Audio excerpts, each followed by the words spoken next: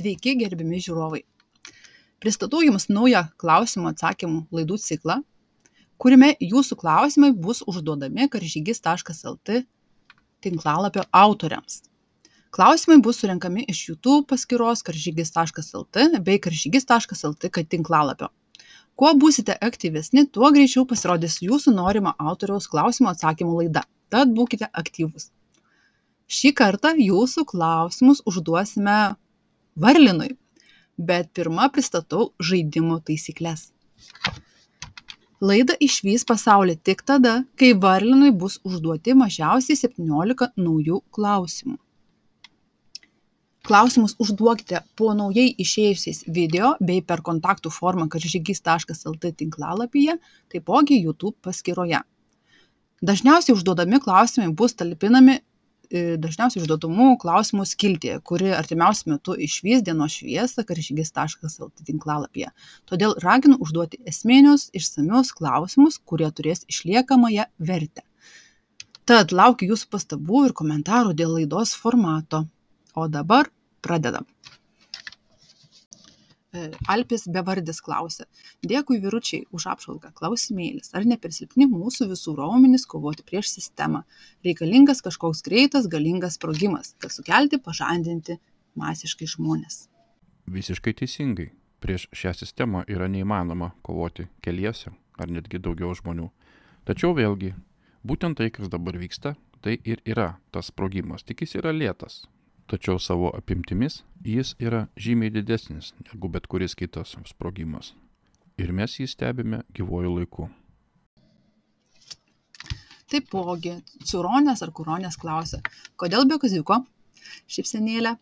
Deja, visiems viskas žinoma, bet žmonės vis tiek tiki, kad valdžia šventa kabutėse. Ir jei mėginama pasakyti, kad žmonės apgaudinėjami 10 metų, tai putos drimba. Tiesa viena, kad ne visi nori būti suverenais, jiems komfortas irgi kabutėse pirminis ir vienintelis prioritetas. Be kaziuko todėl, kad bandome naujus plotus ir ieškome naujų formatų, bet mes draugaujam. O kas dėl žmonių, tai daugelis yra tiesiog nepasiruošę priimti realybės tokia, kokia jinai yra. Nes tuomet tektų suvokti, kad viskas yra laikina, nestabilu ir nieko nėra patikimo. Už tai padėkoti galima masiniai medijai, ir savaime aišku, kad žmonės gaudami visą gyvenimą tik melagingą informaciją iš jos, reaguoja atitinkamai ir net neįsivaizduoja, kad galėtų būti kažkaip kitaip. Šitoje vietoje taipogi norėčiau priminti apie agento Smitho efektą. Tai yra, kad bet kuris paprastas žmogus, bet kuriuo momentu gali susinervinti ir pulti tiesiog ginti tą sistemą, kurioje gyvena, nes neįsivaizduoja kitokio varianto. Taip yra labai dažnai tiesiog dėl informacijos stokos, o kartais tai yra ir dėl charakterių bruožų. Toliau Petras irgi užduoda klausimų, pratęsia mintis savo. Kitas klausimas. Dėl rinkimų artėja ir pas mus, ir matant situaciją vargu, ar kas po jų pasikeis, nebent vėliau kitų metų eigoj. Ar turite įžvalgų, kaip keisi situacija, nes greičiausiai valdančios grupės liks plus minus panašiai? Ar domitės rinkimais? Kokios partijos ir kokiom domitės? Pačiam kyla klausimų ir tiesiog nežinau, kaip pasirinksiu. Viena partija, kur už vienmandačius rinkimus ir teisę atšaukti Seimo narį, kita su klaustuku, skliausteliuose nekrepšininku. Abejojau, kad tokios praeis. Ir galiausiai bus konservai, valstiečiai, socdemai ir lenkai again. Tik procesai skirsis. Realiai turbūt nieko nesitikėt po rinkimų ir laukti, jei JAV Trumpas vėl laimi, kol užsuks kraniuką Europai. Ar darysite kokią laidą apie būsimus rinkimus Lietuvoje, ar realiai nėra aktualu? Nuo šitų rinkimų priklausys, kas sėdės už mūsų valstybės vairo per artėjančias permainas. Todėl jie yra ganėtinai svarbus. Renkantis už ką balsuoti, aš žiūrėčiau 2 kriterijus. Vienas būtų, kiek laiko šitas ar kitas asmuo yra politikoje. Kitas būtų, kokie yra jo atlikti darbai. Ir tai būtų vieninteliai 2 kriterijai, pagal kuriuos aš rinkčiausi. Nebalsuočiau už tuos, kurie sėdėjo dešimtmečiais, nebalsuočiau už tuos, kurie atėjo nuo partijų, kurios akivaizdžiai yra prisidirbusios, kurios dėl savo interesų vykdo šitą visą politiką. O balsuoti tai reikia, aš manau, kad būtinai, tiesiog gal vertėtų pasidairyti į tuos asmenys, reiškia, į tuos kandidatus, kurie akivaizdžiai palaiko ateities tendencijas, tai yra, reiškia, Trumpą, konservatyvizmą, respublikonizmą ir taip toliau. Nekalbu apie Lietuvos konservatorius, taip vadinamus, nes tai yra ne konservatoriai, o neoliberalai. Žmogus pasivadinęs miesto vardu Klaipėda dėkoja ir klausia: dėkui už laidą. Ar viso pasaulio žinių apžvalgas, kaip anksčiau, žadate daryti? Labai norisi Varlino įžvalgų ir komentarų visais karštais topikais. Jau buvome pripratę prie Juraičio, tai dabar kurį laiką bus keistokai be jo. Iš pradžių nervindavo, bet po truputį net patikti pradėjo. O gyvenimus keičiate. Kelių žmonių nuomonės jau girdėjau. Tik reikia turėti pasitikėjimą ir drąsos eiti teisingų kelių. Lauksime naujų laidų. Širdingai dėkui. Be jokios abejonės bus ir pasaulio žinių apžvalgos, ir regiono žinių apžvalgos. Tiesiog bandysime ieškoti naujo formato ir daryti laidas kiek kitokias. Būrėme visai neprastą kolektyvą, todėl galėsime jums pasiūlyti gilesnių analizių įžvalgų įvairiausiamis temomis. O kas dėl Kazimiero, tai be jokios abejonės tai buvo tikrai neprastas pašnekovas ir aš nesakau, kad mes kada nors nepadarysime vėl laidų kartu. Dėkoju už šiltą atsiliepimą. Gabriel klausė: sveiki Varlinai, pagaliau čia išėjo prisiregistruoti, nes pas Juraitį vis neišeidavo kažkodėl. Iš tikro jūsų laidos, kurias žiūriu ir įdėmiai klausau, buvo kažkur nuo kovo ir nuo to laiko tai taip atgaivino kaip gryno oro įkvėpimas išlindus iš kokio rūsio. Taigi ir pats paskui pradėjau daug domėtis visokiais resursais, kiek radau, ir per tą visą užrakinimą apie 2 mėnesius, kol negalėjau vėl pradėti dirbti. Teko labai daug info sužinoti ir pastebėjau net tendenciją, kad jūsų laidose jūs paminėkite kai kuriuos mano jau matytus faktus, kas beje ir būdavo. Aš vis galvoju, gal galėčiau kaip nors pasidalinti, kaip čia kas vyksta Londone. Aišku, daug nežinau ir pats, bet tik, kad galiu papasakoti, kaip ir kas matosi paprastai akiai. Dar teko šiuo metu pakeliauti ir Anglijoje. Dėkui. Jei neveikia tinklapio registracija ar šiaip kažkas tinklapyje, tiesiog pabandykite naudoti kitą naršyklę. O kas liečia dalinamasi informaciją, dar truputėlį pakentėkite ir netrukus jūs turėsite galimybę ją dalintis su visais mūsų svetainės lankytojais, tiesiog paskelbdami savo naujieną pilietinės žiniasklaidos specialiai tam sukurtame skyrelyje. Laukite naujienų. Perduodu Varlinui Bernardo Kudarausko klausimą. Sveiki, taip jūs keičiate žmonių gyvenimų, šaunuoliai. Žiūriu jūs jau keletas mėnesių, laukiu naujų laidų kaip oro, nes TV po jūsų jau neišeina žiūrėti, norisi vemti. Klausimas būtų mano toks: ar jums neskauda nieko, kad aš jūs remiu negailėdamas pinigų, tokie $2 ženkliukai, iš Soroso pinigėlių, kuriuos pats iš jo ir vasiu? Laikykitės, šaunuoliai. Dėkoju už tokį šiltą atsiliepimą. Tikrai nemaniau, kad viskas taip pasisuks, kai pradėjau daryti tai, ką dabar darau. O kas dėl rėmimo, tai yra net ne Sorošo pinigėliai. Tai yra mokesčių mokėtojų pinigėliai, kuriuos pats Sorošas yra pasisavinęs. Tikrai neimčiau paramos iš Sorošo, tačiau tokiu atveju, kai remiantysis žmogus dirba tiesiog vienoje iš daugelio Sorošo organizacijų, aš tai matau kaip puikų pavyzdį situacijos, kada Sorošo pinigai pradeda dirbti prieš jį patį. Žmogus pasivadinęs nežinomas klausia: sveiki, Kūdra LT. Vertinu jūsų kruopštų darbą ir kaip dauguma nuolat laukiu jūsų laidų. Matosi, jog jūs apsikrovęs darbais ir nestovite vietoje, o judate toliau ir su naujais sklaidos kanalais. Tai va, toks ir klausimas. Ar su daug projektų nesigaus šnipštas, nenukentės darbai ir panašiai? Ar negeriau koncentruotis į vieną kanalą ir stengtis jį plėtoti? Dėkoju už gražius žodžius. O kas dėl papildomo tinklapio, tai tame yra ir pliusų, ne tik minusų. O pliusai pavyzdžiui tokie, kad iki šiol buvo tik vienas alternatyvios žiniasklaidos realus šaltinis Lietuvoje, tai buvo Juraičio kanalas. Dabar jau atsirado ir Karžygys.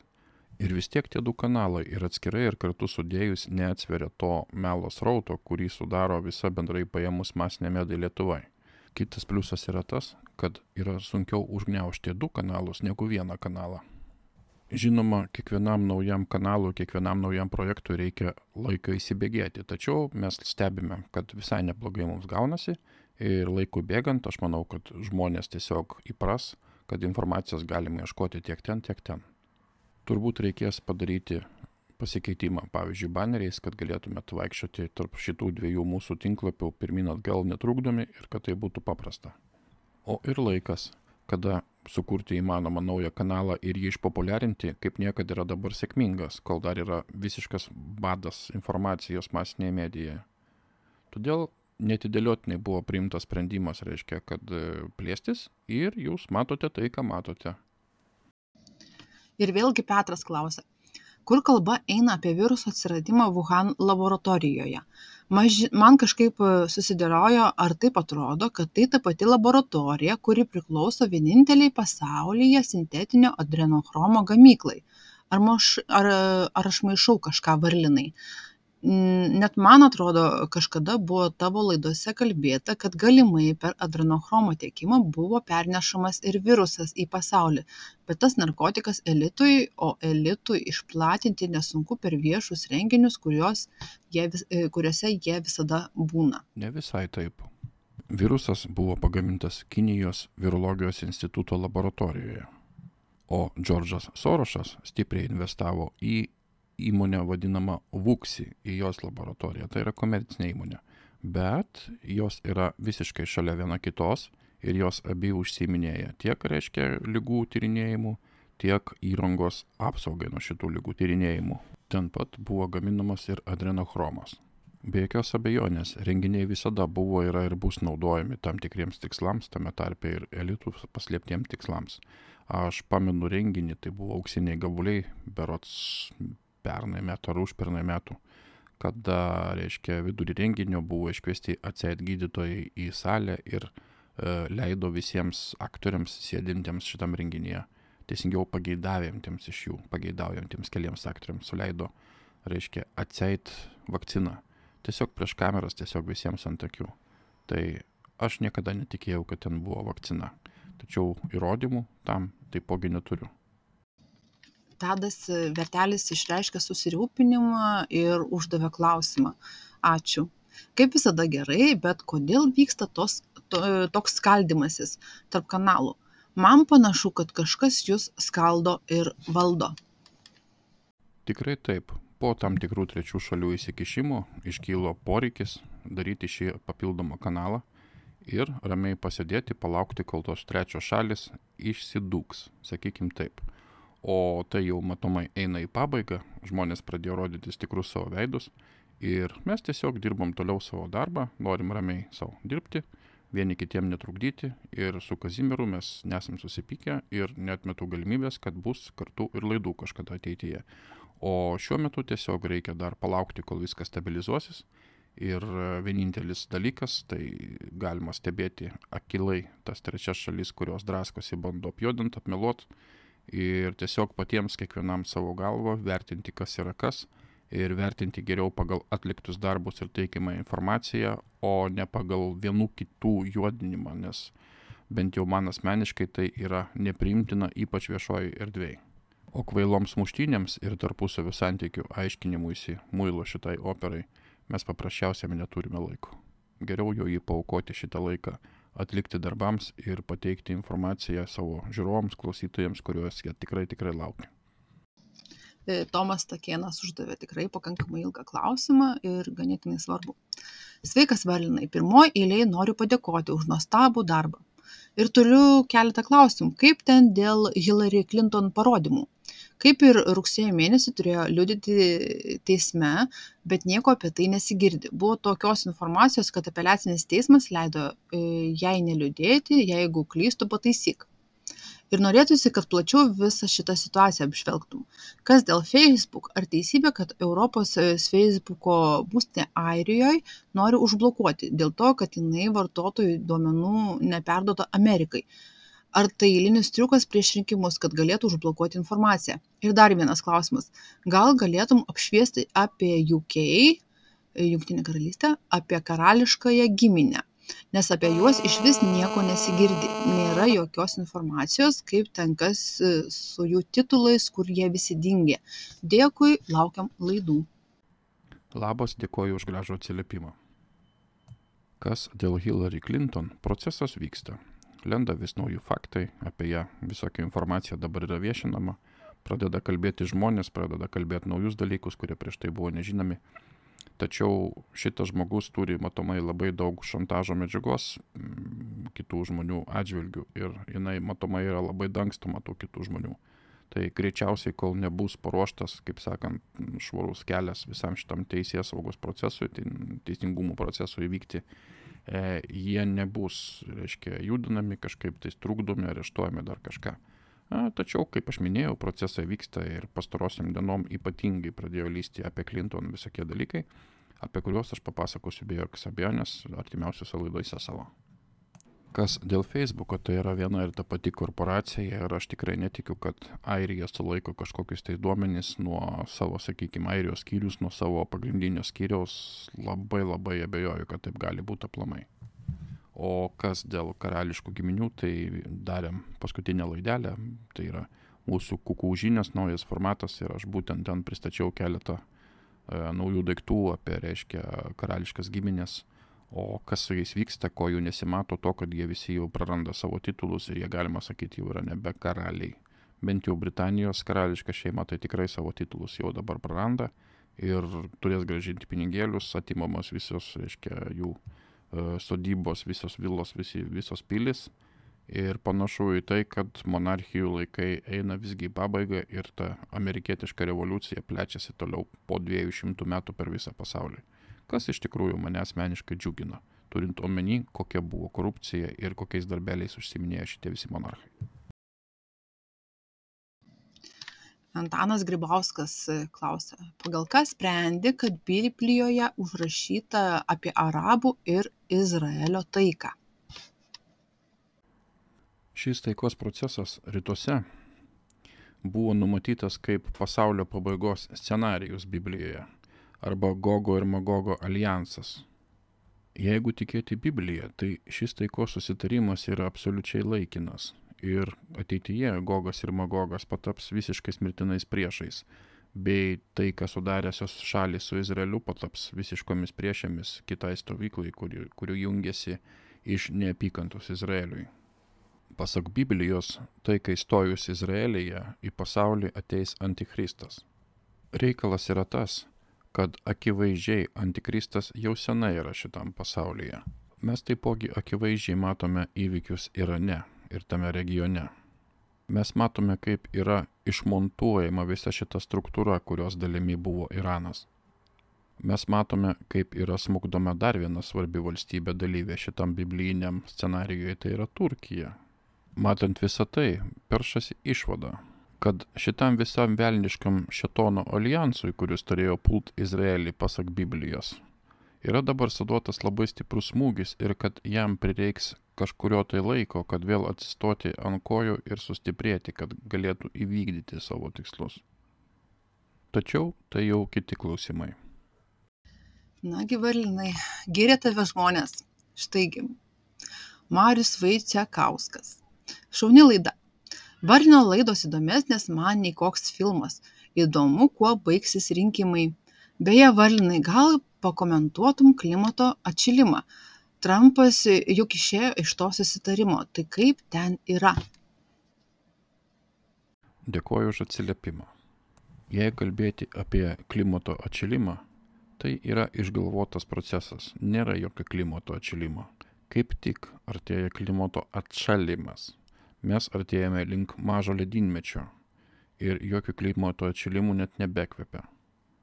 Pati globalinio atšilimo idėja buvo sugalvota su vieninteliu tikslu, tai yra pasitarnauti Agenda 21, dabar jau Agenda 2050 tikslams.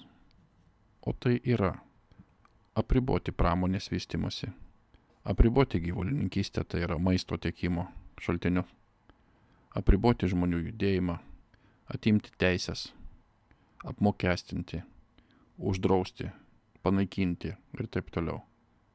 Mokslininkai, kurie vis dar teigia, kad globalinis atšilimas yra realus, kad jisai vyksta, yra melagiai. Kaip ir politikai, kurie remdamiesi šitais melais priiminėja atitinkamus sprendimus ir engia savo liaudį. Bent aš, globalinio atšilimo maniakus, tos visus išnykimo sukilėlius ir panašiai, aš juos matau kaip sektą. Šios sektos tikslai yra labai aiškus. Pirmiausiai tai yra deindustrializacija ir paskui iš paskos iš karto seka depopuliacija. Man kaip ir Vaiviui iškilo analogiškas klausimas. Man racionaliai kyla klausimas, ką Trumpas jiems pasiūlė, kad sudarytų taiką. Juk pas tas rytų valstybės pilna išdavikų, kurie nenori tos taikos. Jis gal tipo su kokiu kompromatu sutvarkė tų valstybių vadovus. Babkių pasiūlė, nesuvokiu, už kokių virvučių Trumpas patampė. Trumpas tiesiog nutraukė visus užkulisinius jų žaidimėlius. Dar vienas dalykas, kurį yra būtina suprasti, tai kad šios visos valstybės, jos buvo kontroliuojamas tų pačių specialiųjų tarnybų, kurių vadovus Trumpas neseniai pakeitė. Buvo nutraukti jų piniginiai srautai, prekybos žmonėmis ryšiai, narkotiko tiekimo keliai. Dirbdamas iš jėgos pozicijos, Trumpas ne tik suskaidė jų alijansus, bet ir verčia juos atsisakyti jų ilgamečių planų, todėl netekusios savo slaptų svertų įtakoti politiniams ir kitokiems reiškiniams pasaulyje, bei nelikus tų jėgų, kurios kontroliavo visas šias šalis. Staiga atsirado šansas įvykti šiam procesui. Be abejo, viskas vyksta palaipsniui, bet vyksta užtikrintai ir kaip matome, kad net buvę priešai, tie patys biblijiniai Izraelio priešai, jau ima kalbėti apie derybas, pasikeitimus belaisviais ir panašiai. Vertinus tai ir kitas detalės, susidaro vaizdas, kad šis procesas pilnai turi galimybę įvykti. Lietuvaitė uždavė pakankamai ilgą ir išsamų klausimą. Norėčiau paklausti Varlino, gal kiek ne į šią temą, o labiau apie JAV politiką. Man dažnai kyla klausimas, kodėl demokratai pasirinko tokį kandidatą kaip Bideną prezidentiniams rinkimams. Netgi nežinant o tiesiog stebint šį žmogų akivaizdu, kad jis arba ligotas, skliausteliuose greičiausiai taip ir yra, arba net nežinau, bet neadekvatumas akivaizdus. Tai demokratai, absoliutus kvailiai, kad pateikė tokį kandidatą, čia klausimas. B, laiko savo šalies žmonės absoliučiais kvailiais, taipogi klausimas. C, yra sukurpę kokį gudrų planą, klausimas. Gal galėtum pakomentuoti, nes vis tiek juk nėra jie visi kvailiai. Galėjo, pavyzdžiui, tą pačią Obamienę kaip kandidatą teikti, kuri, manau, būtų tikrai sulaukusi didesnio palaikymo ir būtų buvusi žymiai stipresnė konkurentė Trumpui. Kyla natūralus klausimas, kodėl? Ačiū. Bidenas buvo pasirinktas kaip laikinas kandidatas, aš tai jau minėjau savo laidose.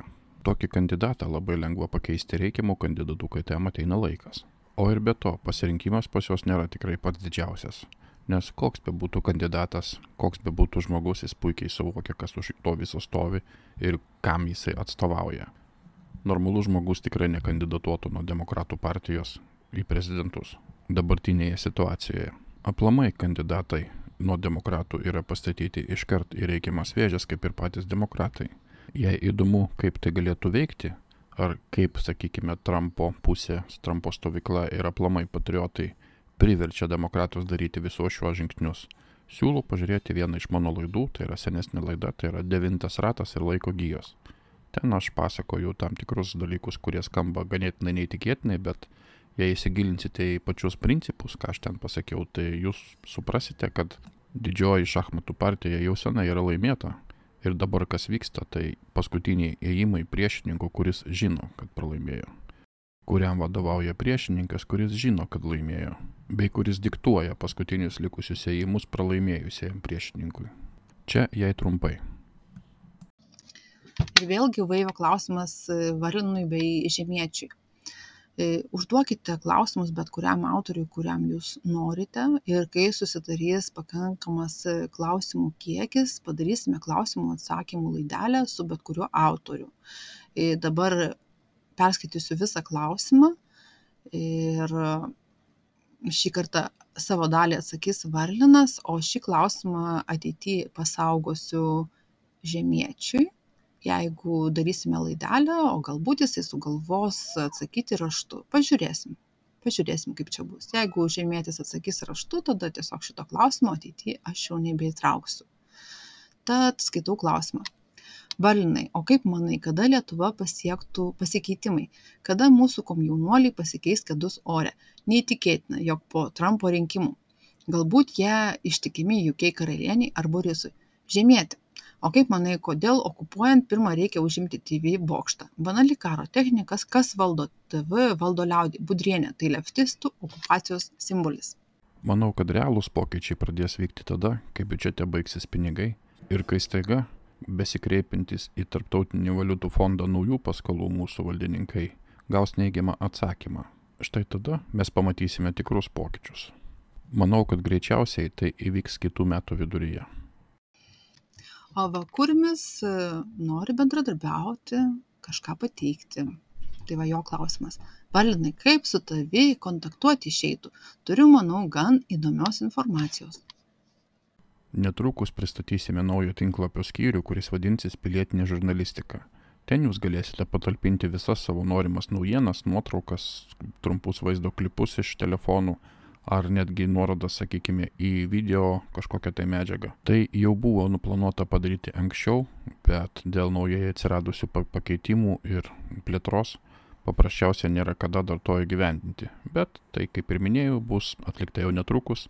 Ir tai bus padaryta netgi geriau, negu buvo planuota iš pradžių.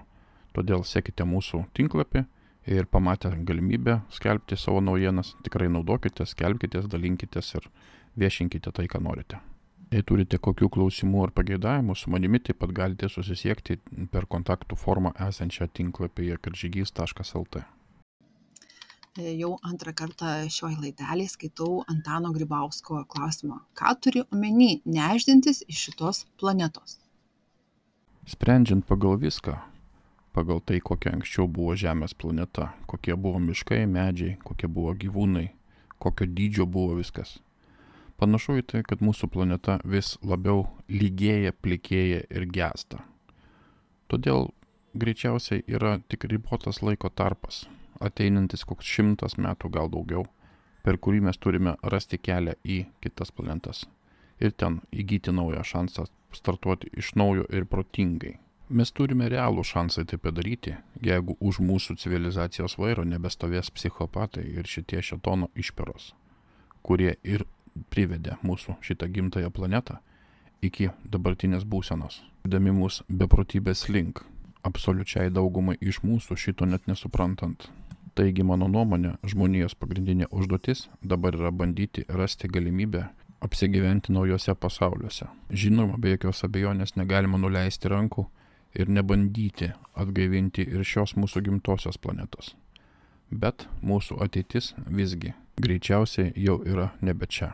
Aš kalbu apie mūsų kaip žmonijos ateitį. Gabija Rimkutė gana rimtą klausimą užduoda. Jei Hillary būtų laimėjusi, ji būtų pradėjus karą. Todėl Trumpas buvo pastatytas, kad NVO įvestų be jo. Nesaragė Sara Clintono pasirašyta. Tai kas čia gero iš to?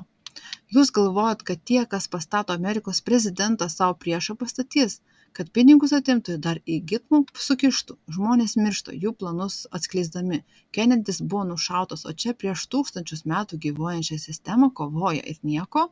Nežinau kaip jums, bet man įtartina. Na kągi, prigavom tave, Varlinai. Visiškai teisingai. Hillary turėjo savo slapyvardį Evergreen. Pasidomėkite plačiau, ką tai reiškia. Trumpasgi buvo išrinktas Amerikos liaudies bei rinkiminės kolegijos. Tai yra legitimioje kovoje, konstitucijoje numatytų keliu, bei nežiūrint į milžinišką pasipriešinimą. Visi jo veiksmai kalba tik apie vieną, kad šitas paminėtas NWO yra griaunamas kasdien.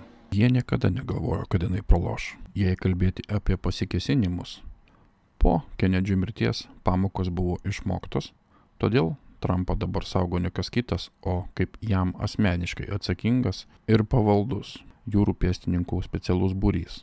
Taip yra todėl, kad net slaptoji tarnyba, kuri paprastai saugo Jungtinių valstijų prezidentus, šiuo metu neturi pilno prezidento pasitikėjimo. Pasikėsinimų į Trumpą būta jau ne vieno, o jo darbai kalba patys už save. Kad tuom įsitikinti be jokios abejonės reikia patiems tirti viską, kad susidaryti savo nuomonę, ypač tai, kas atrodo įtartina. Tačiau nurašyti dalykus vien dėl to, kad jie atrodo įtartini, jų neištyrus, būtų didžiulė klaida. Moralito forever. Tikiuosi teisingai perskaičiau ir autorius šito klausimo bus supratingas. Prasideda. Jeigu teisingai suprantu, tai Jungtinėje karalystėje nuo 2020 metų spalio 1 dienos iki 2021 metų kovo 24 dienos pradedami kaupti DNR pavyzdžiai visų tų, kurie atliks COVID-19 testą. Ir žmogus įkelia nuorodą. Visiškai teisingai. Ir aplamai panašu, kad Jungtinė karalystė staiga pradėjo nenumaldomai grimsti į absoliutų despotizmą. Ačiū Jums, gerbiami žiūrovai, kad buvote kartu su mumis. Ačiū labai Varnui, kad atsakė išsamiai nuoširdžiai į kiekvieną žiūrovo klausimą. Taip pat noriu priminti, gerbiami žiūrovai, kad prenumeruotumėte YouTube karžygys.lt paskyrą bei raginu sekti mūsų naujienas karžygys.lt tinklalapyje, dalinti su draugais, kalbėti, šnekėti, kaip tik tai įsivaizduojate. Manau, kad jūs esate mūsų brangūs žiūrovai pakankamai lakios fantazijos.